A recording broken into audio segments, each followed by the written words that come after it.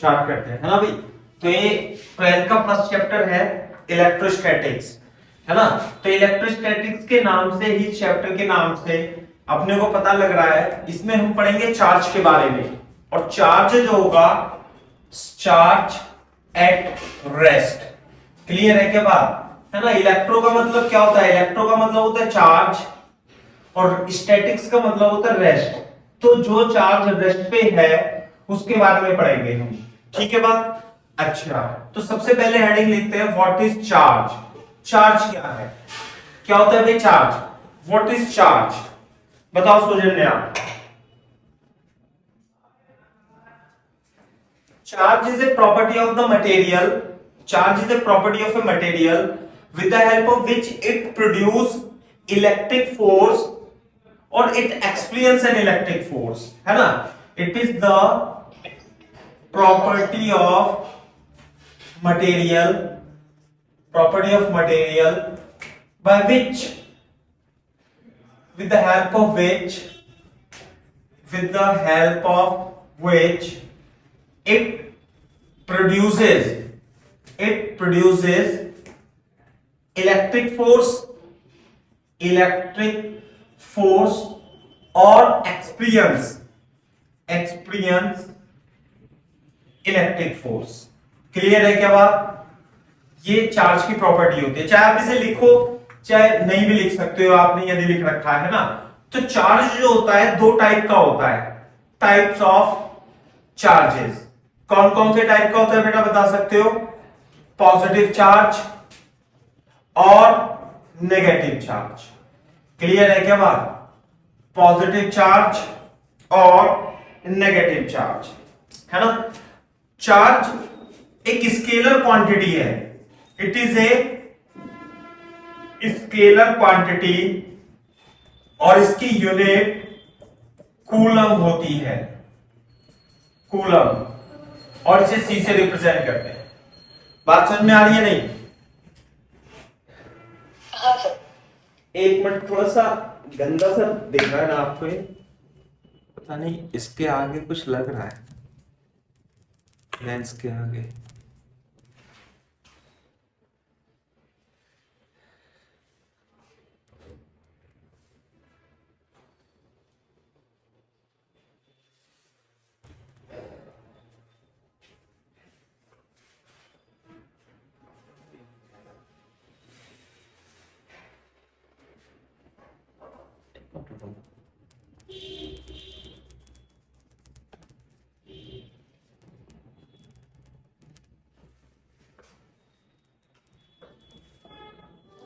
सही है ना।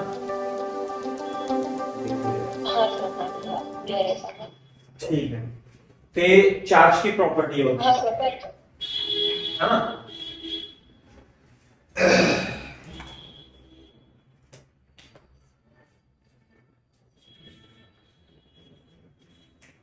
अच्छा, मैं प्रॉपर्टी ऑफ चार्ज लिख देता हूं, प्रॉपर्टीज ऑफ चार्ज, ये आपको पता है, लिख लो।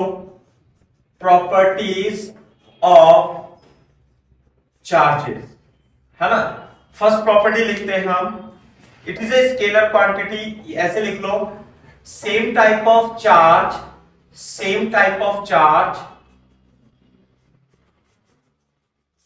repel each other, repel and different type of charge attract each other, ये अपने को पता है ना। तो हम थोड़ा शॉर्ट में लिखा रहा हूं, लिखाना जरूरी है। ये प्लस क्यू और माइनस क्यू, ये माइनस क्यू, तो ये तो अट्रैक्ट कर, ये तो रिपल करेंगे। इनके बीच में क्या हो रहा है भाई, रिपल्शन, है ना, रिपल्शन, रिपल्शन। दूसरा, अगर जो प्लस क्यू है और माइनस क्यू है तो इनके बीच में होगा अट्रैक्शन, ये प्रॉपर्टी है इसकी। क्लियर है क्या बात। दूसरी प्रॉपर्टी है ना, ये तो मैंने लिखा है, स्केलर क्वांटिटी होती है। Charge is conserve, charge is conserve in nature, है ना। चार्ज जो रहता है कंजर्व रहता है नेचर में।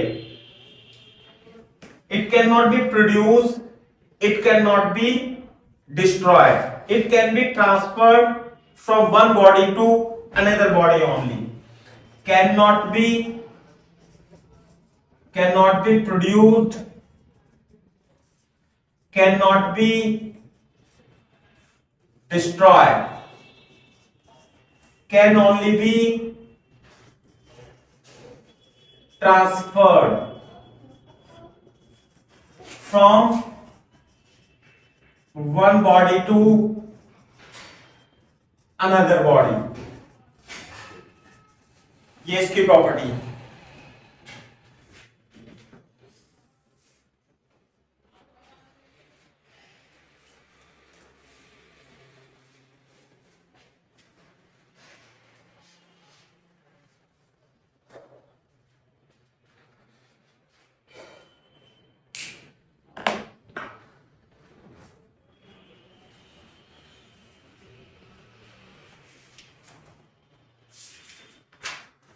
हाँ सर, डन सर। सही।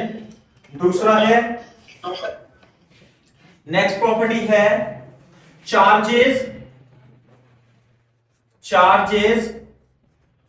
Conserve, sorry, charges quantized in nature.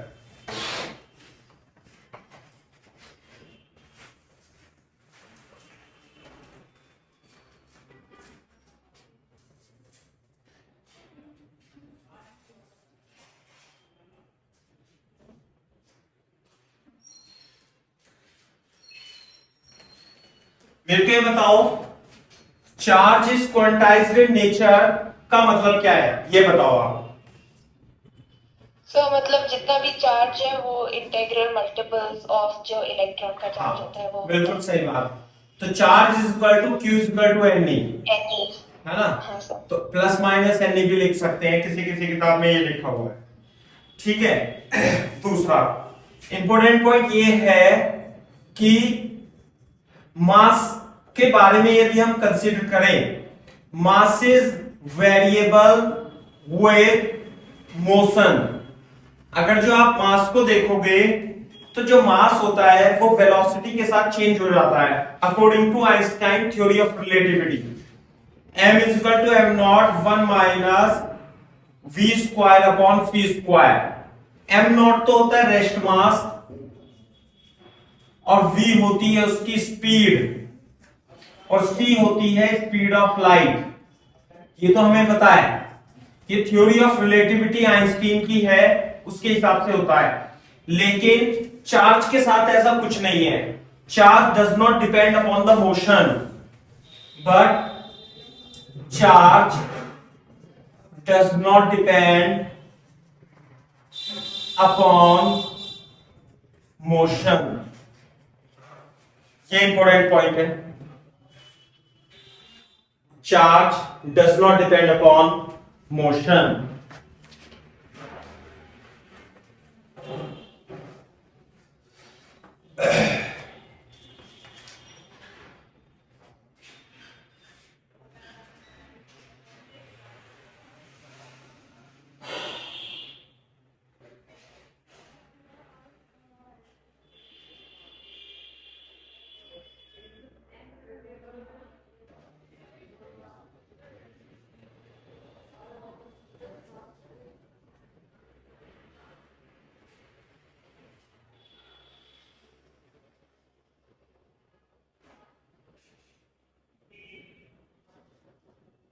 हाँ सर, डन सर। सही है बात।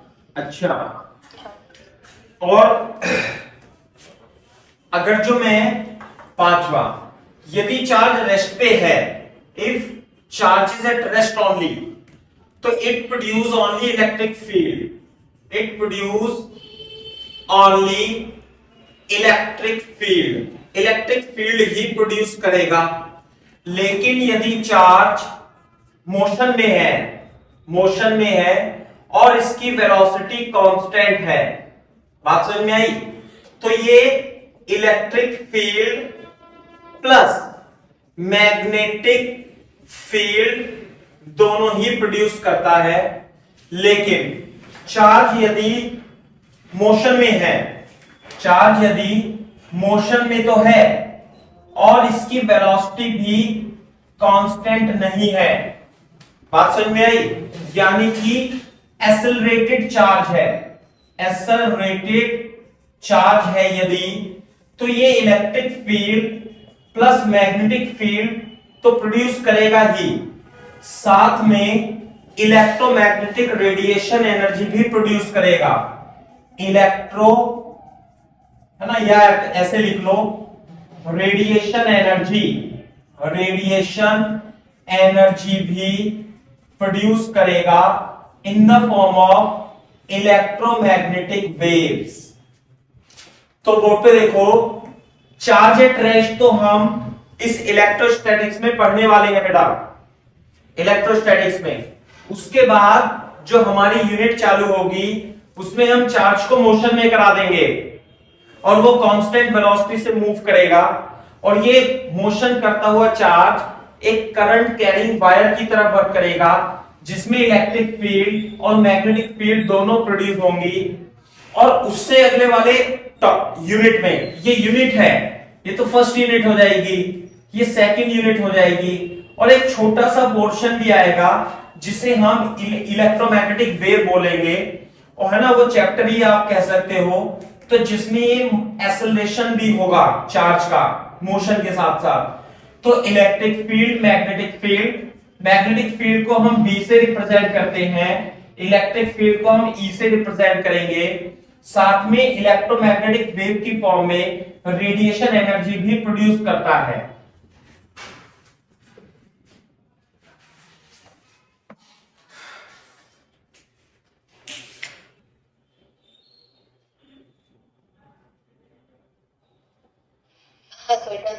क्लियर है क्या बात? ये अच्छा, इसमें और भी कई सारे इंपॉर्टेंट पॉइंट हैं जो हम लिख सकते हैं, है ना, चार्ज के बारे में। देखो ये हो गया 5th पॉइंट। 6th पॉइंट, एक पॉइंट ये पूछा जाता है और इससे क्वेश्चन भी आ चुका है नीट में, जेईई मेंस में, ऐसे है ना, कई बार कहीं ना कहीं पूछा गया है कि अगर जो कोई बॉडी, यदि कोई चार्ज है तो वो बिना मास के एग्जिस्ट नहीं करता है ना। चार्ज जो होगा किसी मटेरियल पर ही होगा, ऐसे हवा में चार्ज नहीं होगा। आई बात समझ में? तो यानी कि चार्ज, क्या लिखेंगे इसमें, charge can not exist without mass, without mass, तो mass can exist without charge, without charge. ये तो बात बिल्कुल सही है। अरे मास के बिना चार्ज तो हो सकता है, जैसे पेन है, ये मास है, इस पे कोई चार्ज नहीं है, लेकिन अगर जो कहीं पे चार्ज है तो वो किसी बॉडी पर ही होगा, इसका मतलब ये है। क्लियर है क्या बात? दूसरा पॉइंट, मैं कुछ और यूनिट बता देता हूं, जैसे स्टेट कूलम। कूलम तो होती है यूनिट चार्ज की, और अदर यूनिट्स भी होती हैं, और उसमें रिलेशन लिखा देता हूं। 1 coulomb is equal to 3 into 10 की पावर 9 स्टेट कूलम। इसे याद रखना है आपको, मैं तो भूल जाता हूं, आपको याद रखना है लेकिन, है ना। और 1 एब्सोल्यूट कूलम, है ना, 1 absolute COLOMB coulomb is equal to 10 coulomb, है ना। और 1 Faraday is equal to 96500 coulomb. हो सकता है कभी पूछ ले वो, है ना। स्टेट कूलम और कूलम में तो रिलेशन अपने को पता होना चाहिए। एक कूलम में 3 into 10 की पावर 10 9 स्टेट कूलम होते हैं, ऐसे।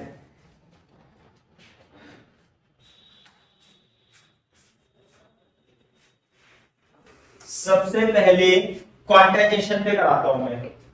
क्वांटाइजेशन पर देखो, बोर्ड पे देखो ध्यान से।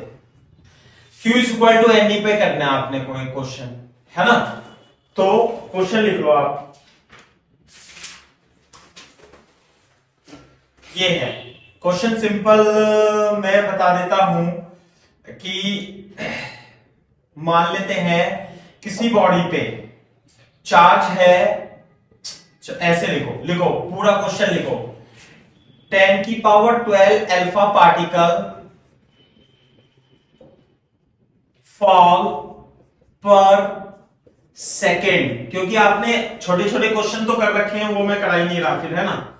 On a neutral sphere, neutral sphere calculate the time, calculate the time in which the sphere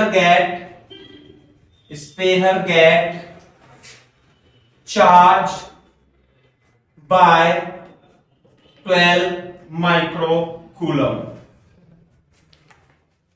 alpha particle, alpha particle के बारे में पता है क्या आपको?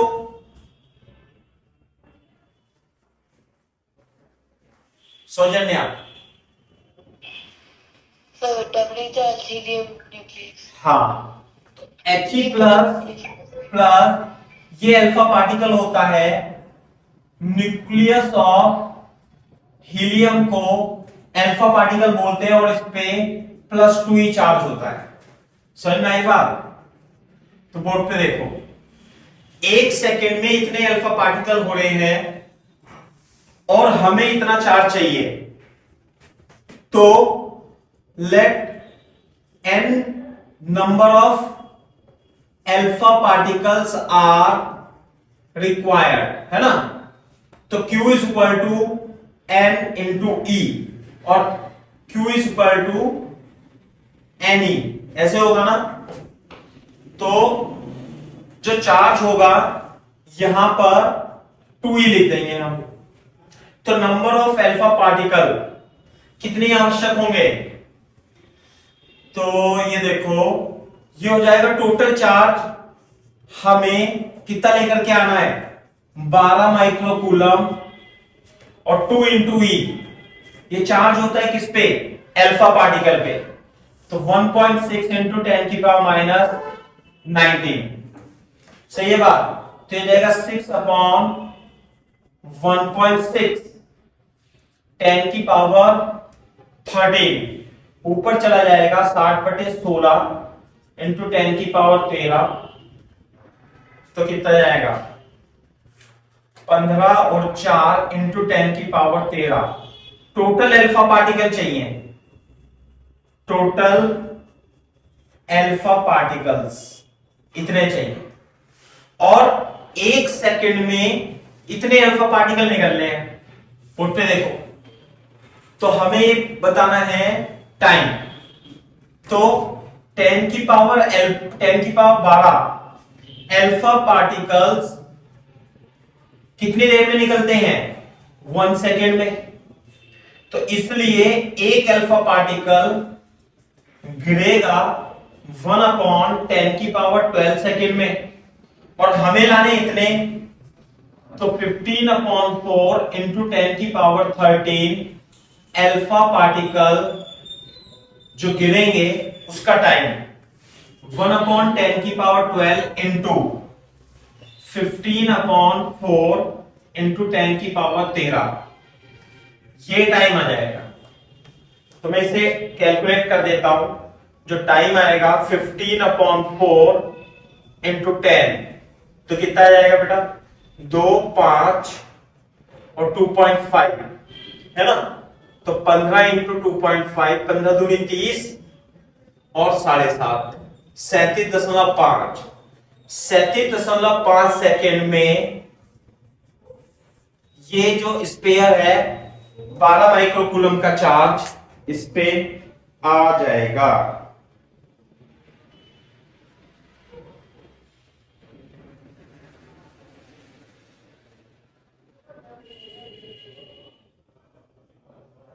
मैं यहां लिख देता हूं, 12th का क्वेश्चन है ना, अभी कंजर्वेशन ऑफ चार्ज पे आया था, उसे भी करा दूंगा मैं अभी। तो मेरे को ये बताओ कि ये बताओ example, how many electrons are there in 1 coulomb charge. 1 coulomb charge में कितने इलेक्ट्रॉन होंगे? सिंपल सी बात है, Q is equal to N लगाना है, N is equal to Q upon E, 1 upon 1.6 into 10 की पावर -19,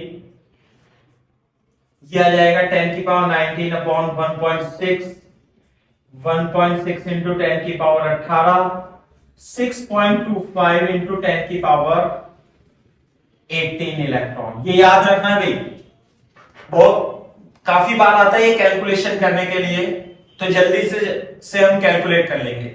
6.25 इंटू 10 की पावर 18, 1 कूलम में इतने इलेक्ट्रॉन्स होते हैं।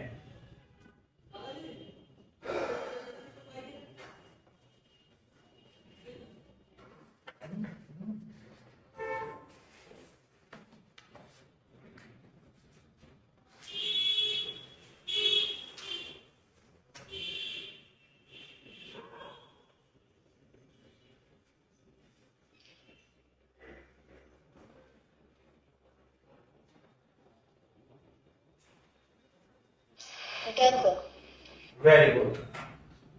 अच्छा, अब मैं आपसे और भी क्वेश्चन पूछता हूं थोड़ा सा, जितना आपने पढ़ रखा होगा और थोड़ा बहुत तो मैंने पढ़ाया ही है अभी। ये बताओ कि किसी बॉडी पे मान लिया 3.2 इंटू 10 की पावर माइनस कूलम चार्ज है, और एक बॉडी पे 3.0 इंटू 10 की पावर -19 कूलम चार्ज है। एक पे 1.6 इंटू 10 की पावर माइनस कूलम चार्ज है, और एक पे 4.8 इंटू 10 की पावर माइनस 19 कूलम चार्ज है। तो which charge does not exist? Which, second वाला, वेरी गुड, 3 इंटू, हाँ, which charge does not exist? क्यों? क्योंकि ये Q is equal to N की फॉर्म में नहीं है, क्योंकि इंटीजर मल्टीपल होना चाहिए। एक इलेक्ट्रॉन पे 1.6 इंटू 10 की पावर माइनस इतना चार्ज होना चाहिए। सही है क्या बात? अच्छा, ये तो है। तो अकॉर्डिंग टू क्वांटाइजेशन ये नहीं होता, क्योंकि ये तो 2e चार्ज हो गया, ये E हो गया और ये 3 हो गया, तो ये तो एडजस्ट करते हैं, ये एडजस्ट नहीं करेगा। चलो, तो ये तो हटा दो आप इसे। जैसे अभी मैंने आपको एग्जांपल बताया, 1 कूलम में 6.25 इंटू 10 की पावर 18 इलेक्ट्रॉन्स होते हैं। तो क्या 1 कूलम चार्ज भी एग्जिस्ट करता है?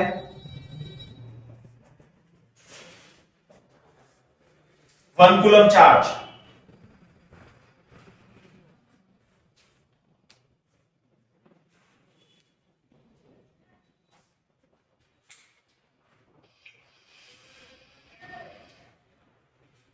बोलो। अरे बोल दो यस सर। हाँ, करेगा नहीं करेगा?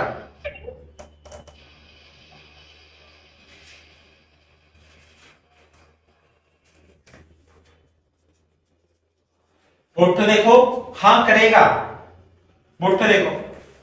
अरे एक कूलम में कितने इलेक्ट्रॉन है पता है? 0 0 0 0 0 0 ऐसे इलेक्ट्रॉन है। तो नंबर ऑफ इलेक्ट्रॉन तो क्वांटाइज्ड है, तो 1 कूलम तो एडजस्ट करेगा। तुम इसे देख के कंफ्यूज हो गई होंगी, नहीं आया समझ में?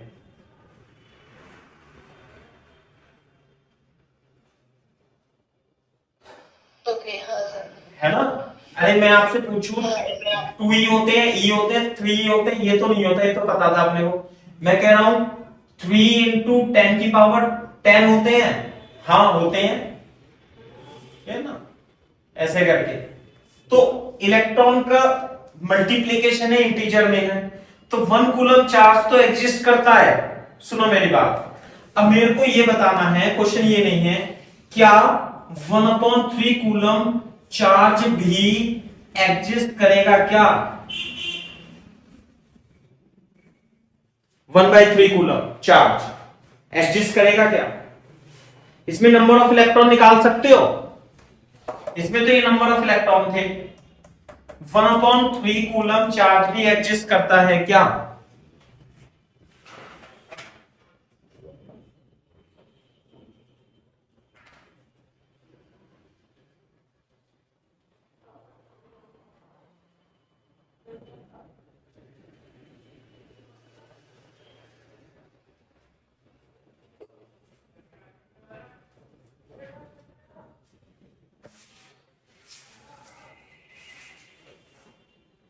समझ में नहीं आया बात?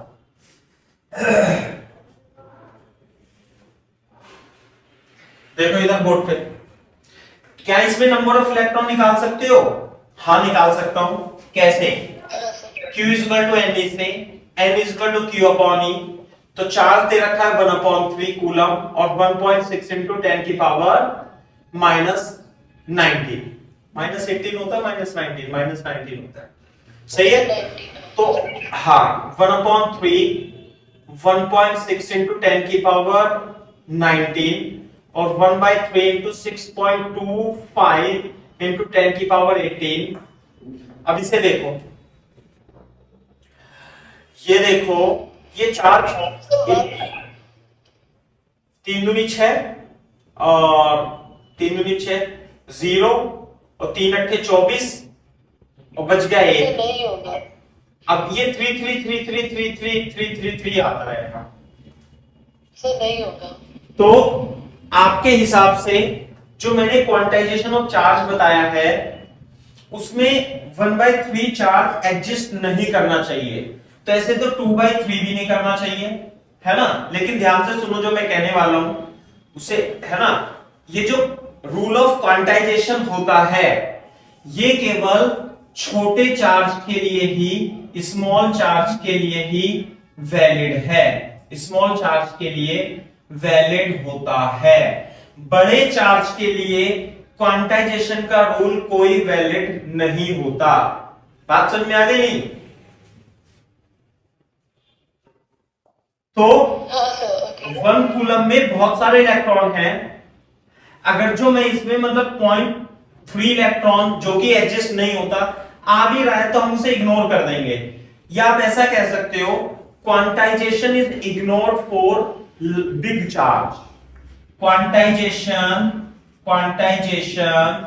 Is ignored for big charge. बड़े चार्ज के लिए क्वांटाइजेशन को हम इग्नोर कर देंगे। बात समझ में आती है? छोटे छोटे चार्ज के लिए ही क्वांटाइजेशन को वैलिड रखेंगे। तो ये सब एडजस्ट करता है, 1/3 भी एडजस्ट करता है। 1 कूलम, क्वेश्चन भी आएंगे आपके कि एक स्फीयर पर 2 कूलम चार्ज है, एक स्फीयर पे 1/3 है, एक पे 2/3 कूलम है, फोर्स बताओ उनके बारे में। ऐसे तो हम ये देखते रह जाएंगे कि इस पे इलेक्ट्रॉन के मल्टीपल में है नहीं है, समझे ना? तो बड़े चार्ज के लिए वैलिड नहीं है।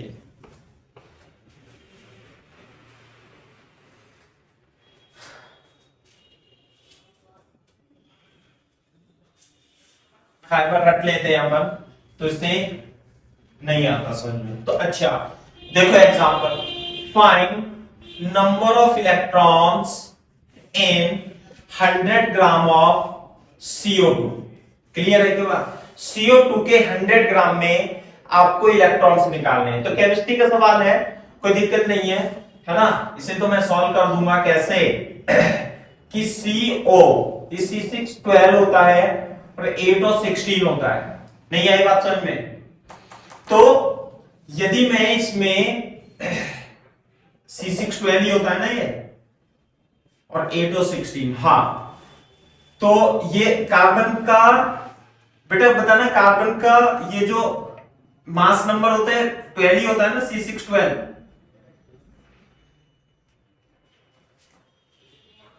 हाँ C612 होता है। इसमें इलेक्ट्रॉन बताने हैं, तो एक कार्बन में कितने इलेक्ट्रॉन है भाई?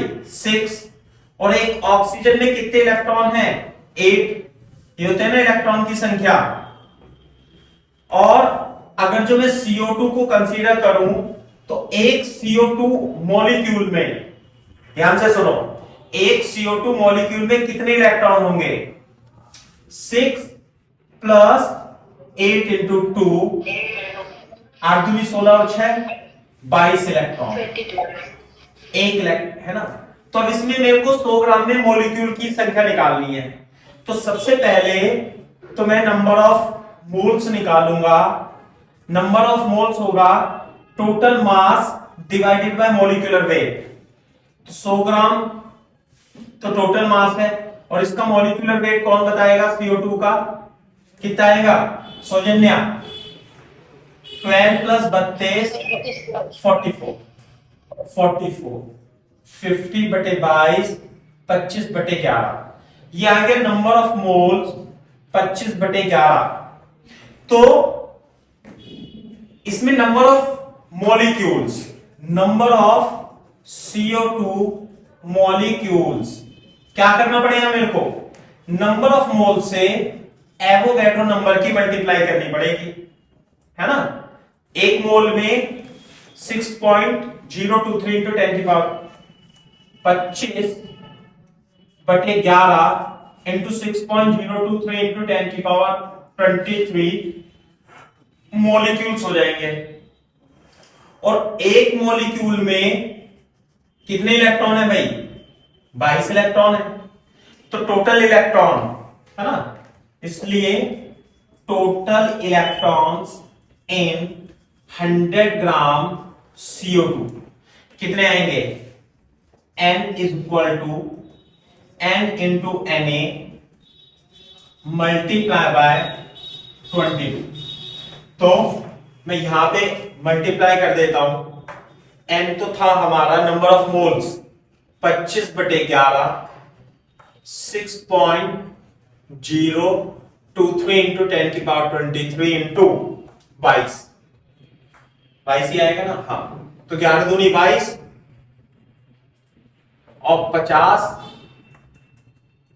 मल्टीप्लाई बाय 6.023 इंटू 10 की पावर 23 तो ये हो जाएगा 10 की पावर 24 5 से गुणा कर देंगे 5 या 15 5 दूनी 10 और 11 और 6 पंजे 30 आप भी खुद भी मल्टीप्लाई कर सकते हो इंटू 10 की power 25 total number of electrons आ जाएंगे।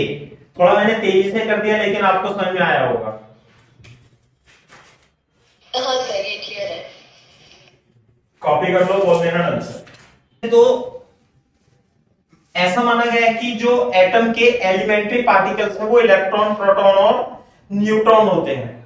आई बात समझ में। लेकिन इलेक्ट्रॉन प्रोटॉन और न्यूट्रॉन को हम और एलिमेंट्री बेसिक एलिमेंट्री पार्टिकल्स में हम ब्रेक कर सकते हैं और इन पार्टिकल्स को कहते हैं क्वार्क्स है ना। तो जो प्रोटॉन है और जो आपका न्यूट्रॉन है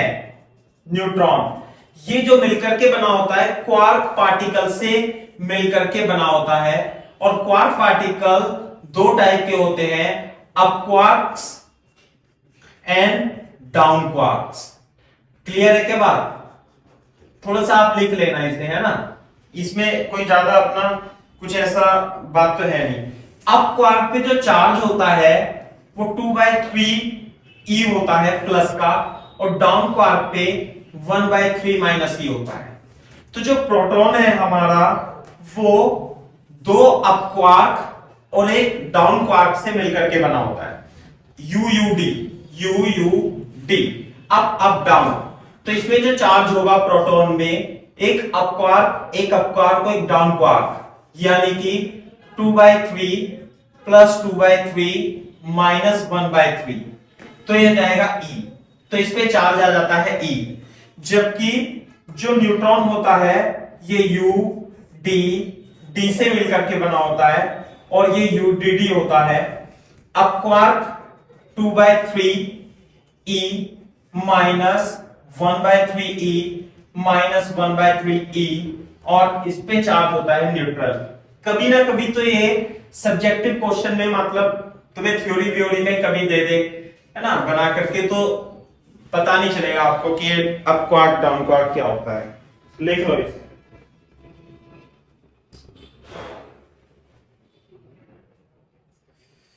कि बेसिक पार्टिकल्स हैं ये। और अभी तो मैं आपको बता देता हूं जो वो हेजनबर्ग थ्योरी है उसमें तो जो ये प्रोटॉन और न्यूट्रॉन है इसके अंदर अभी लेटेस्ट इंफॉर्मेशन है उसमें तो 100 ऑफ पार्टिकल से मिलकर के बना होता है प्रोटॉन। वो अपन के सिलेबस में नहीं है ना उससे हमें डिस्कस भी नहीं करना है। तो प्रोटॉन के अंदर भी 100 ऑफ पार्टिकल्स है बहुत सारे पार्टिकल्स प्रोटॉन के अंदर है ना ये बात है। अच्छा अब हम बात करते हैं ये जो चार्ज प्रोड्यूस होता है बॉडी पर, ये कितने टाइप से प्रोड्यूस होता है आपको पता होगा, सीबीएसई बोर्ड में है, ये थ्योरी में है ना, मेथड्स ऑफ चार्जिंग। शॉर्ट में मैं डिस्कस कर देता हूं, आप मेरे को बता भी सकते हो। मेथड ऑफ चार्जिंग 3 मेथड्स हैं। पहला है बाय फ्रिक्शन, बाय फ्रिक्शन है ना, जिसे हम फ्रिक्शनल इलेक्ट्रिसिटी भी बोलते हैं। फ्रिक्शनल इलेक्ट्रिसिटी बता सकते हो थोड़ा सा इसके बारे में यदि आपको ध्यान हो तो? सौजन्या,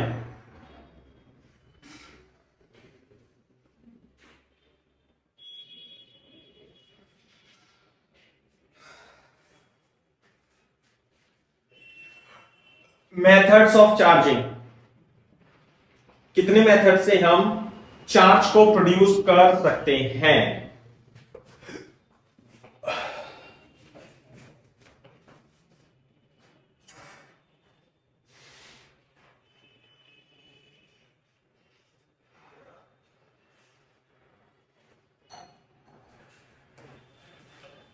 नहीं पता, पढ़ा नहीं या भूल गए? चलो मैं बताता हूं, है ना। देखो सर मतलब जब रब करते हो तब वही पहले नेगेटिव चार्ज बाहर आ जाता है एक जगह पे। हाँ, लेकिन आपको 2 एग्जांपल मेरे को याद कराने हैं और आपको पता होना चाहिए कैसा। जैसे मान लिया किसी भी बॉडी को जब आप एक दूसरे से रब करते हो, जैसे मान लिया ये पेन है और इसे आप ऐसे रब कर रहे हो यूं करके, तो होता क्या है कि जो आप वर्क कर रहे हो या जो एनर्जी आप दे रहे हो, एनर्जी के एटम के इलेक्ट्रॉन्स को ट्रांसफर हो जाती है। एटम तो अपने स्थान पर ही रहेगा, एटम नहीं टूटने का, एटम फिक्स होता है मटेरियल का, लेकिन इलेक्ट्रॉन तो होते हैं ऑर्बिट में रिवॉल्व करते रहते हैं, वो एनर्जी इलेक्ट्रॉन्स को मिल जाती है, तो इलेक्ट्रॉन टूट करके एक बॉडी से दूसरे बॉडी में आ जाता है। जैसे कि मैं फर्स्ट एग्जांपल बताता हूं, यदि आप एक ग्लास रोड को एक सिल्क के क्लॉथ से, ये सिल्क क्लॉथ दोनों न्यूट्रल है, दोनों ही क्या है? न्यूट्रल है। न्यूट्रल का मतलब ये नहीं है कि इसमें इलेक्ट्रॉन नहीं है। नहीं आई बात समझ में? हाँ सर, न्यूट्रल, दोनों ही न्यूट्रल है। न्यूट्रल का मतलब ये होता है कि इसमें जितना एटम पर पॉजिटिव चार्ज है उतना ही नेगेटिव चार्ज है।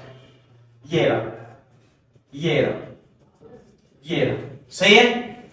इस पे भी जितना पॉजिटिव चार्ज है उतना ही नेगेटिव चार्ज है। एटम तो फिक्स होते हैं, सॉरी एटम में न्यूक्लियस तो फिक्स होते हैं, ये है न्यूक्लियस, न्यूक्लियस पे पॉजिटिव चार्ज है, लेकिन ये इलेक्ट्रॉन मूवेबल है, ट्रांसफरेबल है ना, ट्रांसफर हो सकते हैं। जब हम ग्लास रोड से सिल्क क्लॉथ को रगड़ते हैं तो होता क्या है, इसमें से इलेक्ट्रॉन इधर चला जाता है, इसमें से इलेक्ट्रॉन इधर चला जाता है, इधर चला जाता है, इधर चला जाता है।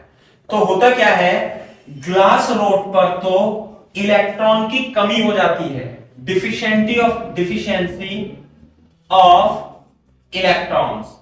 तो यहां पे प्लस प्लस चार्ज बचता है ऐसे करके, है ना, और यहां पे इलेक्ट्रॉन की एक्सेस हो जाती है ऐसे करके, यहां पर इलेक्ट्रॉन की एक्सेस हो जाती है, एक्सेस ऑफ इलेक्ट्रॉन्स। तो ये पॉजिटिवली चार्ज रोड हो जाती है, ये नेगेटिवली चार्ज हो जाती है। बात समझ में आई? This is the first example. Silk cloth negatively charge हो जाता है और ग्लास रोड पॉजिटिवली चार्ज हो जाती है जब हम ग्लास रोड को सिल्क क्लॉथ से रगड़ते हैं।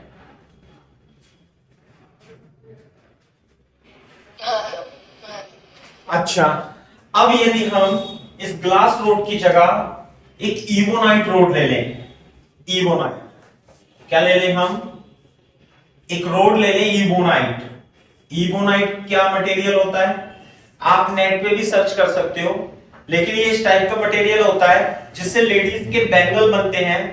प्लास्टिक टाइप का मटेरियल होता है। इबोनाइट की रोड ले लें और यहां पर एक वूलन क्लॉथ ले लें या फर ले लें। फर का मतलब बिल्ली वाली खाल वाली, है ना, या वूलन क्लॉथ, वूलन क्लॉथ। तो जब हम इस इबोनाइट रोड को, जो कि दोनों शुरू में क्या है, न्यूट्रल है, जब रगड़ते हैं फर से या वूलन क्लॉथ से, तो होता क्या है, पहले तो दोनों क्या होंगे भाई, न्यूट्रल होंगे, ऐसे करके, दीज आर न्यूट्रल। तो इसमें से इलेक्ट्रॉन इधर ट्रांसफर हो जाते हैं, इसमें से इलेक्ट्रॉन इधर ट्रांसफर हो जाते हैं। तो ये जो इबोनाइट रोड है, ये नेगेटिवली चार्ज हो जाएगी और इस पर पॉजिटिव चार्ज आ जाता है ना। इसमें इलेक्ट्रॉन की अधिकता हो जाएगी, इलेक्ट्रॉन की संख्या बढ़ जाएगी और इसमें डिफिशियंसी ऑफ इलेक्ट्रॉन हो जाती है। तो इबोनाइट रोड पॉजिटिव चार्ज हो जाती है और ये woollen cloth, ebonite rod negative charge हो जाएगी और वूलन क्लॉथ ये पॉजिटिव चार्ज हो जाता है।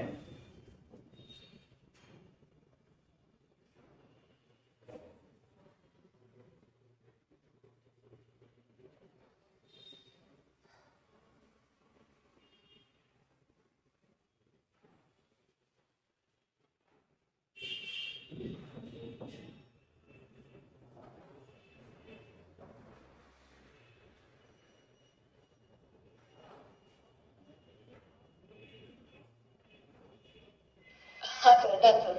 से ये अच्छा, दूसरा मेथड ऑफ चार्जिंग कौन सा होता है भाई, बाय इंडक्शन से। सेकेंड लिखो, बाय इंडक्शन। इंडक्शन में क्या करते हैं हम, इंडक्शन में हम जैसे मान लेते हैं, बोर्ड पे देखो, ये हमारे पास एक मेटल स्पेयर है, ये मेटल स्पेयर है, कैसा है, मेटल स्पेयर, है ना, मेटल स्पेयर है, ये रहा हमारे पास मेटल स्पेयर, सही है। और ये इंसुलेटेड स्टैंड है, इंसुलेटेड स्टैंड, और यहां पर हमने इसे ग्राउंड कर रखा है और ये स्विच अभी ओपन है, सही है, ये तो ओपन है। तो अभी हमने जैसे इबोनाइट की रोड थी नेगेटिव चार्ज, तो इसमें जो होते हैं प्लस माइनस, जितना प्लस होगा उतना माइनस होगा, जितना प्लस होगा उतना माइनस। शुरू में तो न्यूट्रल है, न्यूट्रल, क्लियर है के बाद भाई, न्यूट्रल है, मेटल स्पेयर न्यूट्रल। जब हमें नेगेटिव चार्ज इबोनाइट रोड को इसके पास लेकर के आएंगे तो क्या होगा, बताओ बेटा, इस नेगेटिव चार्ज को, नेगेटिवली चार्ज इबोनाइट को इसके पास लाएंगे तो क्या होगा, जब ये रोड इसके पास आ जाएगी तो होगा क्या, जो पॉजिटिव चार्ज है वो एक साइड पे हो जाएगा, हाँ, पॉजिटिव यहां पे आएगा, नेगेटिव यहां पर आएगा। बात समझ में आ रही है। और ये इंसुलेटेड स्टैंड है। अब हम क्या करेंगे, अब हम, ये तो ग्राउंड है, इस स्विच को बंद कर देंगे। तो बंद करने पर ये जितने भी एक्सिस के इलेक्ट्रॉन थे, ये इलेक्ट्रॉन इधर चले जाएंगे ग्राउंड के अंदर। जो ये अर्थ है, ये बहुत ही अच्छा मीडियम है और सोर्स, सिंक भी है और सोर्स भी है। इसमें जितने चाहे इलेक्ट्रॉन आप अर्थ को दे दो और जितने चाहे इलेक्ट्रॉन आप अर्थ से ले लो। तो जैसे ही हम स्विच को इसे ऐसे करेंगे तो इलेक्ट्रॉन नीचे चले जाएंगे और बचा क्या रह जाएगा, यहाँ पे पॉजिटिव चार्ज। तो नेक्स्ट स्टेप में अपन क्या करेंगे कि इस इबोनाइट रोड को दोबारा से दूर ले जाएंगे और ये जो पॉजिटिव चार्ज है, ये इसकी सरफेस पे आ जाएगा और इसे दूर ले जाएंगे इबोनाइट को। आई बात समझ में? तो कैसा स्पेयर हो जाएगा ये? पॉजिटिवली चार्ज स्पेयर हो जाएगा।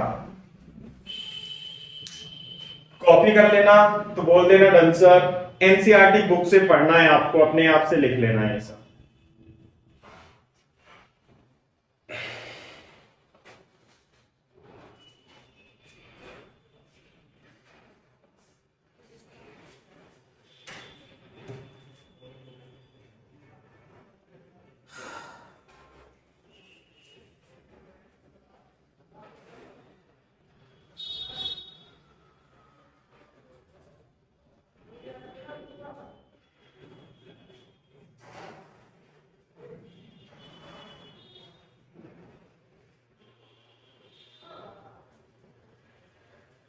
हाँ सर डन सर। सही। नेक्स्ट मेथड कौन सा होगा भाई? By induction, by friction, by induction, bye conduction. Conduction तो इजी है बिल्कुल ही। थर्ड मेथड जो होगा वो होगा बाय कंडक्शन।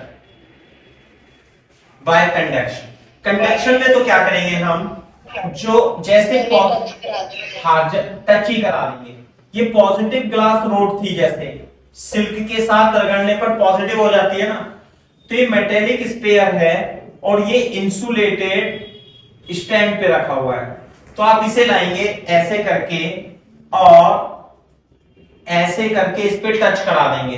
तो पहले तो न्यूट्रल था, ये था आपका न्यूट्रल, तो इसके पास लाएंगे और इससे क्या करा देंगे, हम फिजिकली इसे टच करा देंगे। तो इसमें से कुछ चार्ज इधर भी ट्रांसफर हो जाएगा, है ना भाई। और फिर क्या करेंगे, इसे हटा देंगे। तो जब आप हटा दोगे तो पॉजिटिव चार्ज है ये। इसी तरीके से नेगेटिव कर देंगे। तो इसमें तो आसान है ना, कोई दिक्कत नहीं है।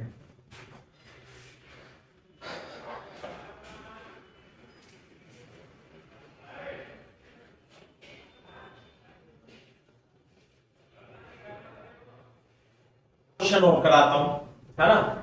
क्वेश्चन ये है कि मान लिया है कि रूम है, ये रूम है ना, आइसोलेटेड है, आइसोलेटेड रूम। अब इसमें 3 स्पेयर हैं ऐसे करके, ऐसे पहले ऐसे छोड़ो, ये सेम स्पेयर है ना, सेम स्पेयर है, रेडियस आर, रेडियस आर। इस पे 2 माइक्रोकूलम है, इस पे 4 माइक्रोकूलम है। जब हम इसे टच कराते हैं ऐसे करके, और टच कराने के बाद हम इन्हें फिर से दूर ले जाते हैं, तो इस पे और इस पे कितना चार्ज होगा, ये क्वेश्चन है। इसे ए लिख लेते हैं, इसे बी, बोथ आर सेम। बताओ, इस पे दोनों को टच कराया, चार्ज कितना होगा?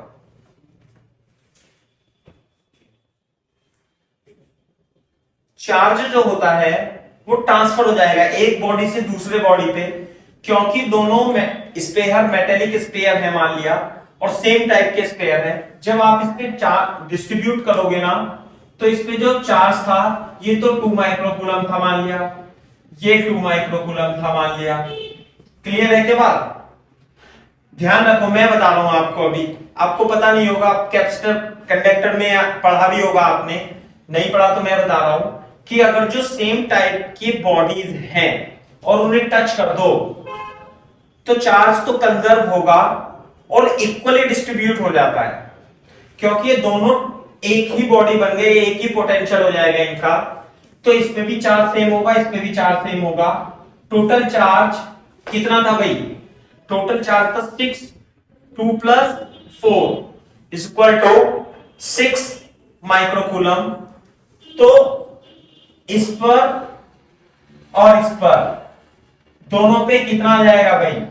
3 माइक्रोकूलम, 3 माइक्रोकूलम। और जब हटाएंगे तो इस पे चार्ज हो जाएगा ए पर कितना?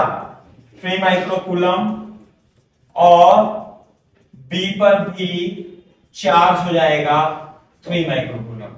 बात समझ में आ रही है नहीं?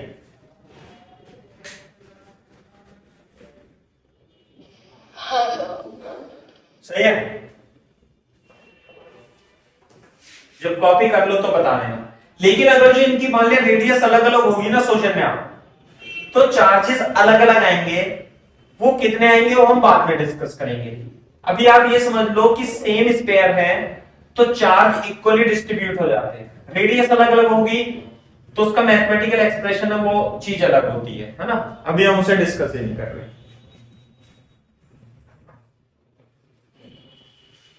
हाँ सर, डन सर।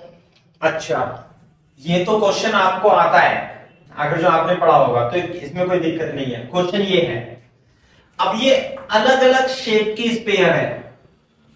अगर जो मान लिया इसकी रेडियस r और इसकी रेडियस 2r होती ना, तो ये 2 और 4 होता, तो इस पे चार्ज जब हम टच करते तो इस पे कुछ होता, इस पे कुछ होगा, लेकिन इक्वल नहीं होगा।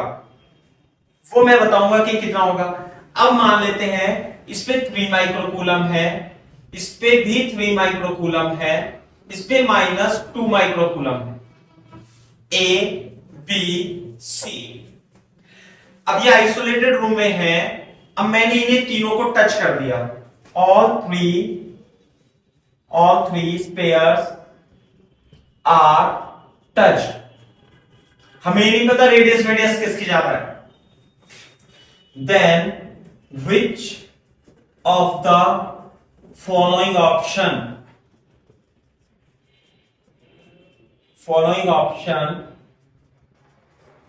is correct? 4 charges appear on spares A, B and C। सही है बात?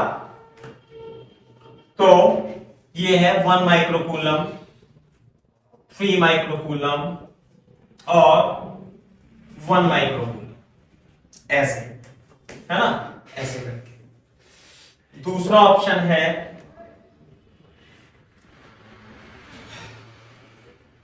1 माइक्रोकूलम और 4 माइक्रोकूलम -1 माइक्रोकूलम,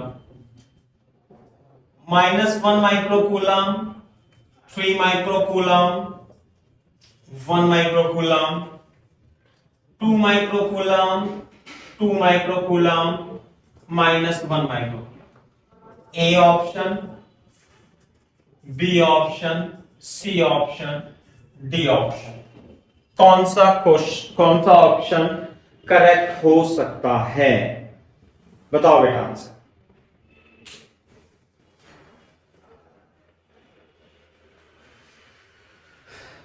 कौन सा ऑप्शन करेक्ट है?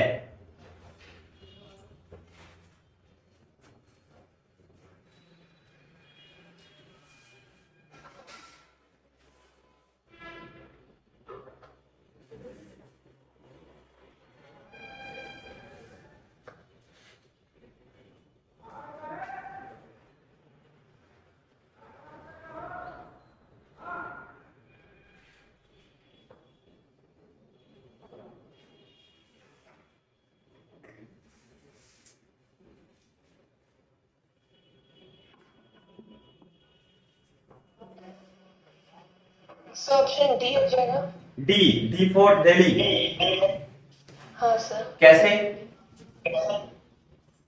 सर क्योंकि अगर टच और कंडक्ट हो तो मतलब सी का चार्ज कम होना चाहिए। ऐसा कौन सा रूल है? हमें क्या पता ये बड़ा छोटा, हमें कुछ नहीं पता। ये क्वेश्चन सीबीएसई बोर्ड में आया है 4-5 दिन पहले, और ये बोर्ड वाले टीचरों से तो बिल्कुल सॉल्व नहीं होगा आसानी से। अब तुम सॉल्व कर सकते हो इसे।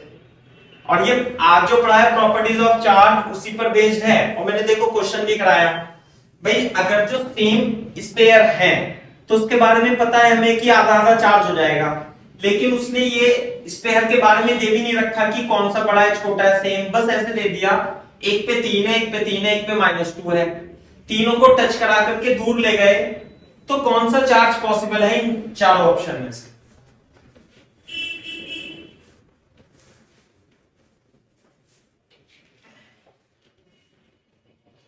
देखो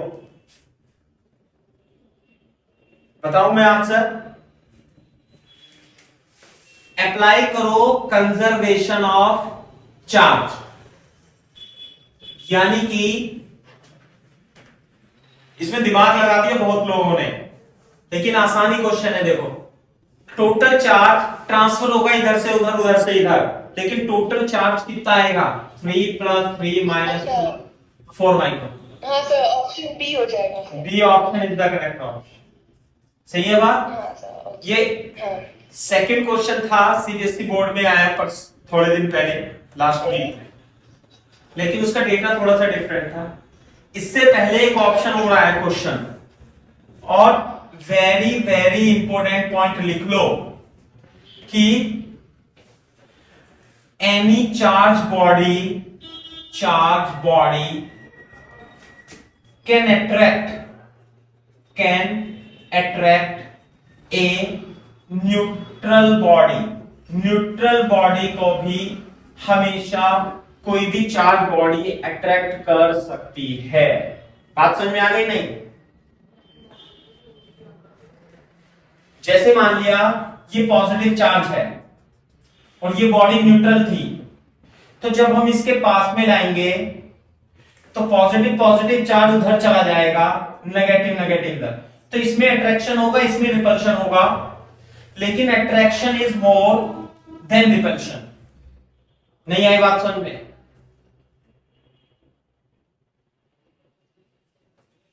हाँ सर, ओके।